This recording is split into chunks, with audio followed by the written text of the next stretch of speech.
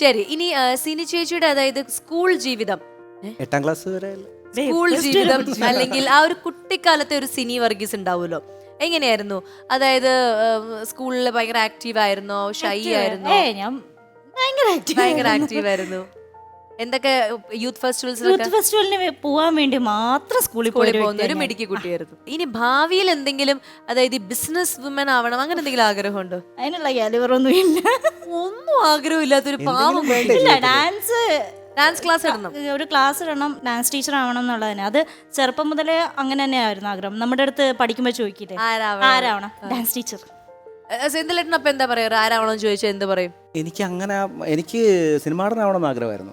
ഞാൻ അപ്പോഴ് നമ്മുടെ ഉള്ളിലുണ്ടല്ലോ, പക്ഷെ നായകനാവണമെന്നോ അല്ലെങ്കിൽ അങ്ങനെ സിനിമയിൽ വലിയതല്ല, സിനിമയിൽ ചെറിയ സിനിമയിൽ എത്തണം, അതായിരുന്നു ആഗ്രഹം. മിമിക്രി ഒക്കെ ചെയ്ത് നമ്മൾ അങ്ങനെ നിൽക്കുന്ന സമയമായിരുന്നു. അപ്പോൾ പണ്ട് മുതലേ മിമിക്രി ചെയ്യുമായിരുന്നു. ഈ മിമിക്രിയുടെ കാര്യം പറഞ്ഞപ്പോൾ ഇപ്പോൾ മിമിക്രി അധികം ചെയ്യാറില്ലായിരിക്കും, സ്വാഭാവികം. പക്ഷെ എന്നാലും എന്തെങ്കിലും ഒരു നമ്മുടെ പ്രേക്ഷകർക്ക് വേണ്ടി ചെയ്യാൻ പാകത്തിന് എന്തെങ്കിലും സംഭവം ഉണ്ടോ കയ്യിലിപ്പോൾ?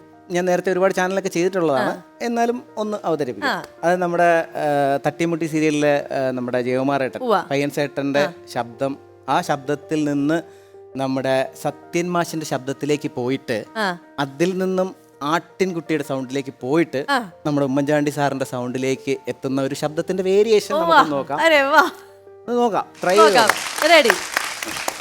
മോഹനവല്ലി അമ്മേ, അർജന്റീനയുടെ ഫ്ലെക്സിന്റെ താഴെ അമ്മയുടെ ഫോട്ടോ വെക്കണമെന്നാ ഇവരൊക്കെ പറയുന്നത്. മോഹനവല്ലി അമ്മേ, അമ്മേ, അമ്മേ, കറുത്തമ്മേ, കറുത്തമ്മ എനിക്ക് വേണം. കറുത്തമ്മേ ഞാനിങ്ങ് എടുക്കുക. കറുത്തമ്മേ നിങ്ങൾ എനിക്ക് തരണം. അമ്മേ, അമ്മേ, അമ്മേ,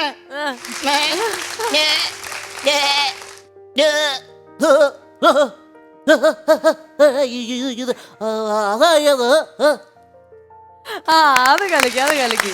അതൊരു വെറൈറ്റി സംഭവം തന്നെയായിരുന്നു. ഈ നമുക്കൊക്കെ ഈ ബെക്കാടി എന്ന് കേൾക്കുമ്പോൾ നമുക്ക് ചില കാര്യങ്ങൾ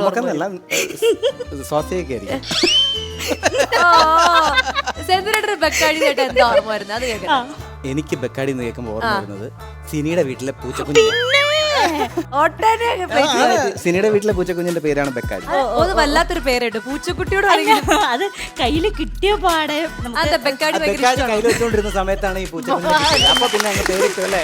അതൊന്നും അല്ല അതിനെ കൈ കിട്ടിയ പാട് വേറെ ഒരു പേര് എനിക്ക് കിട്ടിയില്ല. അപ്പം ആദ്യം വിളിച്ചത് ബെക്കാടി തന്നെയാ. തലേദിവസം അടിച്ച ബ്രാൻഡ് ഏതാണോ അതല്ലേ പറയാൻ പറ്റുള്ളൂ അല്ലേ? എനിക്കറിയാവുന്ന ഒരു ബ്രാൻഡിനെ എനിക്ക് പറയാൻ പറ്റൂ. അതെ. അപ്പൊ പൂച്ചക്കുട്ടിയെ കിട്ടിയപ്പോ തന്നെ ആ മുഖം നോക്കി ബെക്കാടി ബെക്കാടി എന്ന് വിളിക്കാൻ തോന്നിയത്. ഞാൻ ആക്ച്വലി വേറൊരു പൂച്ചക്കുട്ടിയെ, എനിക്ക് ഫോട്ടോ കിട്ടിയ വേറൊരു പൂച്ചക്കുട്ടിയാണ്. അപ്പൊ അതിനെ വാങ്ങിക്കാൻ വേണ്ടിയാ പോയത്. മെയിൽ കിട്ടണം. ശരി. അപ്പൊ ഞാൻ കുറേ വിളിച്ചു, അത് വന്നില്ല. അത് എന്നിങ്ങനെ നോക്കിയിട്ട് മൈൻഡ് ചെയ്യാണ്ട് ഒറ്റ പോക്ക് പോയി. അപ്പം അതിന്റെ ബാക്കിൽ ഇവളുണ്ടായിരുന്നു. അപ്പൊ ഇവളെ ആരും വാങ്ങിക്കണില്ല, കാരണം ഇവളുടെ കണ്ണിന് ചെറിയ പ്രശ്നം, കണ്ണ് കാണുന്നില്ലായിരുന്നു. ഓക്കെ. ഇവളെ മടിയെന്ന് വിളിച്ചപ്പോ അത് ഓടി വന്ന് മടി അങ്ങ് ഞാൻ കൈ കിട്ടിയവിടെ വെക്കി വെക്കാടി എന്ന് വിളിച്ചു. ഈ കയ്യിൽ മറ്റേ ബെക്കാടി. സിനി ആരെങ്കിലും വിളിക്കുമ്പോഴേ സിനി പൂച്ച കയ്യിലിരിക്കായിരിക്കും, എന്ത് ചെയ്യാ ബെക്കാടിയായിട്ടിരിക്കുകയാണ്. ശരിയാട്ടോ. അങ്ങനത്തെ അബദ്ധങ്ങളൊക്കെ പറ്റിയിട്ടുണ്ടോ?